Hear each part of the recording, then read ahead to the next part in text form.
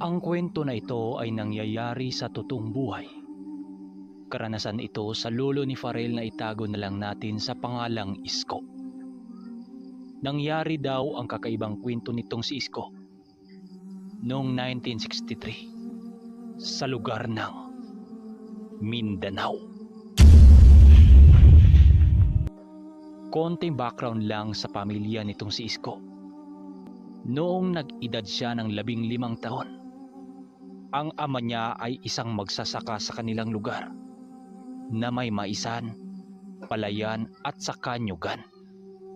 Ang kanyang ina naman, sasama sa kanyang ama sa pagsasaka, tsaka at ang nag-asikaso na din sa kanilang pamilya. Nag-iisang anak lang itong si Isko ng kanyang mga magulang. Kahit 3 lang sila sa bahay, masaya naman ang pamilya nila. Noong unang mga panahon daw, sa kahit saan daw ng parte sa buong Pilipinas, nakaugalian na ng mga tao doon ang paglalaro ng manok. Isa na doon ang kanyang tatay, na itago na lang natin sa pangalang Undoy. Merong iilan noong mga manok panlaban ang kanyang tatay na nakatali sa kanilang bakuran. Sa kanilang lugar daw noon, sa kahit anong araw sa kanilang baryo, maraming magtipon-tipon ng mga tao. Halos lahat daw ng mga kalalakihan ng kanilang baryo nahihilig sa ganong gawain. Napatanong na noon itong si Isko sa kanyang ina kung bakit ganon ang gawain ng halos ng mga tao doon. Dahil yung iba daw, kahit makikigapas yun ng mga palay sa kalapit baryo, meron yung mga daladalang mga tandang. At kapag sasapit naman daw ang tanghalian sa mismong mga taong gumagapas ng palay, naglalaban-laban yun ng mga manok at talagang pinupustahan pa nila. Kwento naman ng kanyang ina na kaya ganon ang mga tao sa kanilang lugar dahil kabili na ito ng mga Espanyol na minsang nagawi sa Pilipinas. Nang magbibinata na itong si Isko, dahil isang sabungero ang kanyang tatay, palagi siyang isinama nito. At hindi kalaunan, sa edad 17 nitong si Isko, natutunan na niya ang pagkakabit ng taris sa manok. At linggo-linggo sa kanilang lugar noon, kapag araw ng Sabado o Linggo, meron silang tinatawag noon na tabuan. Di ko lang alam sa Tagalog nito. Basta, para itong basketball court na merong nagtitinda sa gilid at dito din nagaganap ang samot-saring pasugal. Kaya't paminsan-minsan, umuwi na sila ng 10 oras ng gabi galing sa sabungan. Halos linggo-linggo daw ganun palagi ang kanilang gawi ng kanyang tatay. Kaya't paminsan-minsan, napapagalitan sila ng kanyang ina, silang dalawa ng tatay niya, dahil ginagabi na silang umuuwi. Oo nga pala, bago sila makarating sa nasabing sabungan sa barangay, meron muna silang madadaan ng lumang abandonadong bahay at wala nang nakatirang tao doon, sabi ng tatay niya.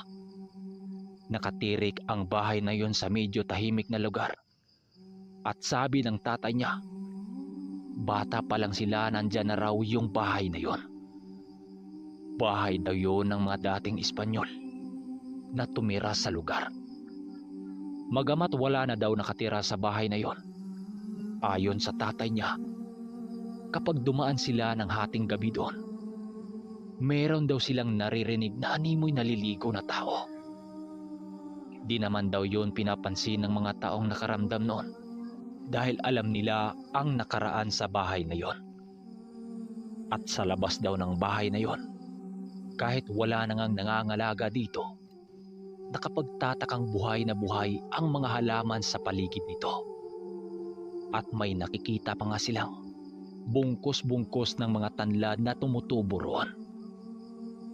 Isang gabi daw, habang naglalakad sila papauwi sa kanilang bahay, Magamat talo sila sa sugal, masaya naman silang naglalakad. Tawa dito, tawa doon. Basta, yung tipikal na biruan ng mag-ama. Hanggang sa madapo raw sila sa daan, kung saan ang isang bahay na abandonado. Nang mapadpad na sila daw doon, napahinto naman daw siya at napatitig itong si Isko sa bahay na yon.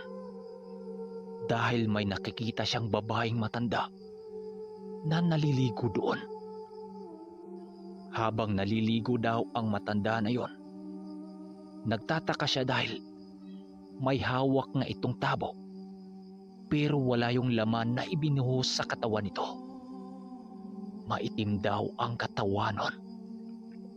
Nagulat siya dahil bakit may tao sa loob eh?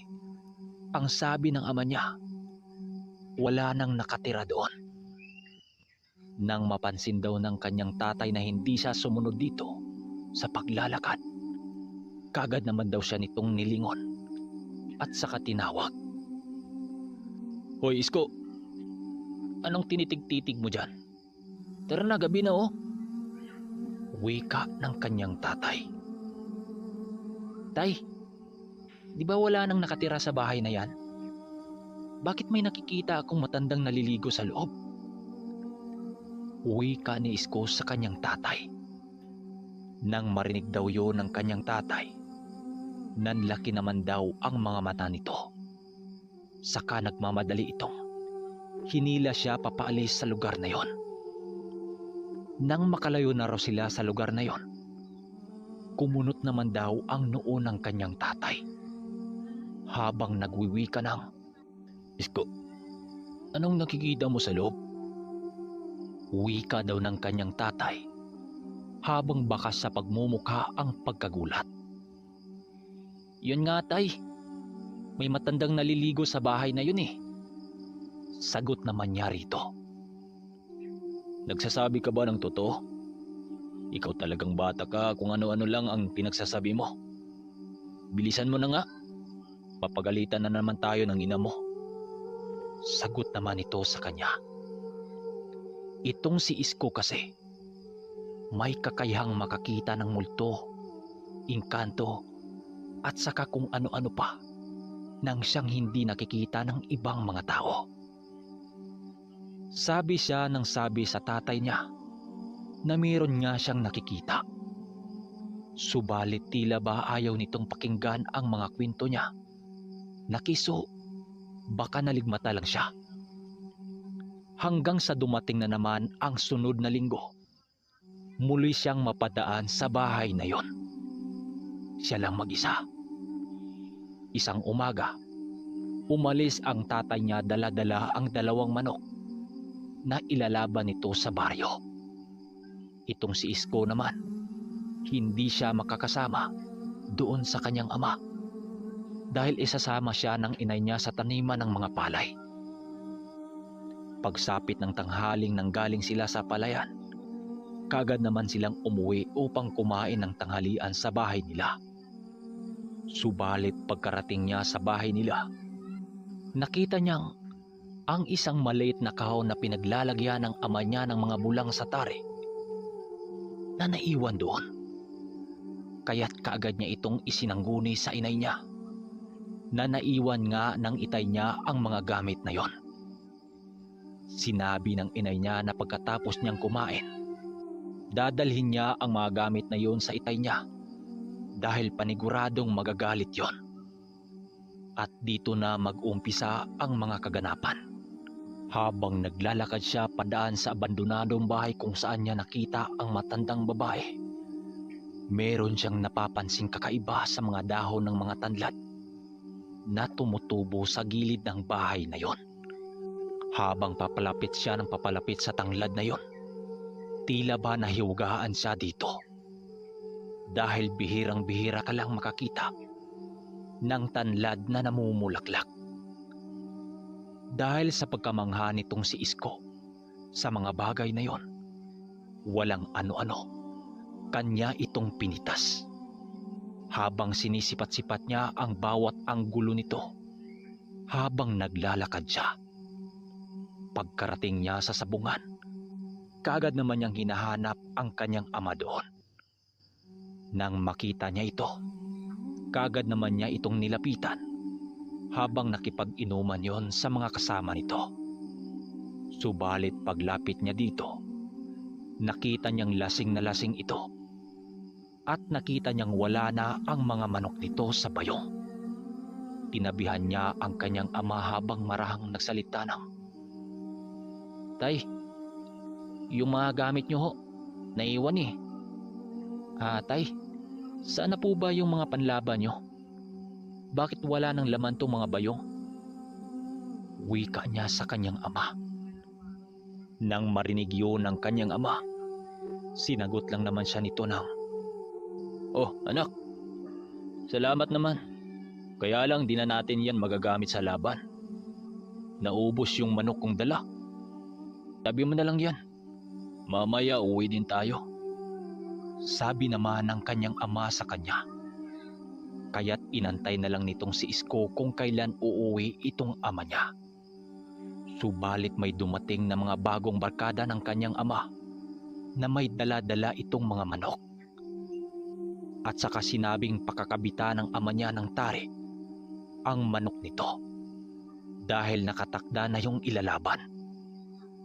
Ang sabi naman ng ama niya, "Pasensya ka na paring Makoy. Di ko na makabitan niya ng tari. Hilong-hilo na ako eh. Itong anak ko na lang na si Isko ang gagawa. Marunong naman to eh." Sagot naman ng kanyang ama sa nagngangalang Makoy. Subalit napatitig naman ang nagngangalang Isko nang magsalita ang isang lalaki. "Nako pre, huwag ka nang umasa nitong si Andoy. Yung dalawa nga niyang manok naubos eh. Baka matulad ka lang sa mag-amang ito." Wikang nakakainsulto ng kainuman ng tatay niya. Nang marinig yun nilang mag-ama, halos napahiya naman sila sa mga tao doon. Mabuti na lang, merong taong nagtanggol sa kanila at yun ang sumupla sa taong nangungutya sa kanila. "Huwag ka namang ganyan sa kumpare natin. Porke ba natalo siya sa araw na ito, ipapahiya mo na?" Wika nito. Dahil sa sinabi ng isa nilang kumpare, kaagad namang umalis ang isa nilang kainuman dahil napahiya din yon. Maya-maya lang, nang akmang alis na sila para umuwi, bumalik ang lalaking nagngangalang Makoy.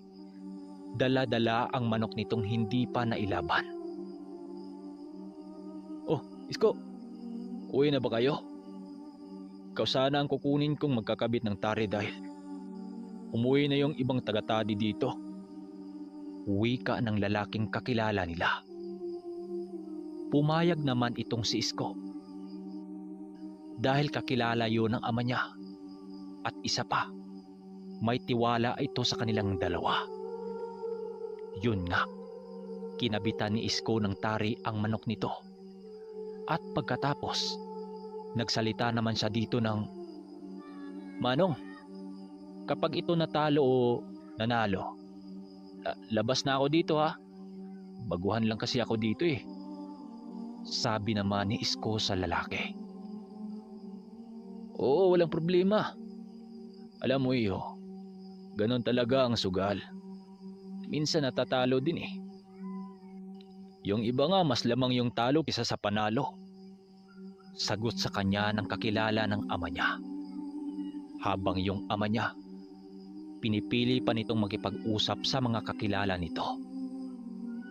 Matapos ngang kabitan ni Isko ang manok ng tare, umalis na nga ang lalaking nagngangalang Makoy. At kaagad tumungo sa loob ng sabungan. Dahil sa kanyang ama ang mga taring ginagamit niya sa manok nito. Kaya't pinili nilang antayin yon at manood na rin sa laban dahil nahilig na rin siya sa labanan o tari ng manok. Kagaya sa mga tipikal na mga gaffer, nananalangin itong si Isko na manalo ang manok ni Makoy dahil kung mangyayari yon, mabibigyan siya ng balato nito at bukod pa dito ang bayad sa tari. Yun nga, binitawan nga ni Makoy ang manok nitong hawak. Paglapag sa manok nito sa lupa, gano'n na lamang ang pagkadismaya nitong si Isko. Dahil kitang-kita niya ang pagbao ng tari sa kalaban sa manok ng kaibigan niya. Kitang-kita niya ang pagsipulasa ng mga balahibo nito at indikasyon yung tinamaan yon sa kalaban. Ang hindi alam nitong si Isko, nasa likuran pala niya ang mga barkada ng itay niya na palaging nang iinis sa kanilang dalawa. Tawa ito ng tawa sa likuran nila habang kung ano-ano ang binitawang mga masasakit na salita. Tingnan mo nga naman, ang lakas ng loob. Wala namang naiaambag. Hindi lang naman ito pinansin nitong si Isko, kahit nag-alburuto na ang sarili niya sa galit. Dahil kahit ganon ang kanyang ama, kabilin-bilinan ditong huwag makipag-away kapag lasing ang kaharap niya. Subalit hindi pa dito nagtatapos dahil nakita niyang nagtatalon-talon sa ruweda ang nagngangalang Makoy sa hindi malamang dahilan. Hindi niya alam kung bakit. Pero nung makita niya ang hawak ng sentensyador, napangisi naman siya dahil nakita niyang nanalo ang manok ng kinabitan niyang ng tari. Bilang gaffer itong si Isko, para sa kanya, malaking karangalan yun para sa kagaya niyang baguhan sa ganong larangan. Paglabas ng taong nagngangalang Makoy, saka naman ang paglapit ng ama niya sa kanya. Anak, anong naganap? Bakit pangisi-ngisi ka dyan? Wika sa kanya ng kanyang ama. Tay, nananalo yung manok ni Mang Makoy. Ayan tayo, tingnan mo. Wikang masayang-masaya nitong si Isko habang lumalapit sa nagngangalang Makoy. Aba, ayos ah. Teka, malapitan nga natin. Nang makalapit na silang dalawa dito, agara naman ang pag-usisa nitong si Isko sa manok ni Makoy. At doon nagulat itong si Isko dahil wala siyang nakikitang galos sa katawan ng manok nito. Mang Makoy, paanong hindi nagtamo ng sugat itong manok mo? Kitang-kita ko ang pagbao ng tari sa kanila dito eh. Wika ni Isko dito. Oo nga iho eh. Di ko akalaing mananalo pa tong manok na to. Himala. Sagot naman sa kanya ni Mang Makoy. Kung ganun paring Makoy, isa pang laban sa manok mo. Baka ito na yon. Hahanap pa tayo ng makakalaban sa manok mo. Sabat naman ng kanyang ama dito. Kaagad nilagyan ng saguban nitong si Isko ang tari upang hindi na ito tatanggalin dahil nga magpaparibansa sila. So mga kaermitanyo, hanggang dito na muna at isusunod din natin ang part 2 nito at saka yung part 80. Paantay.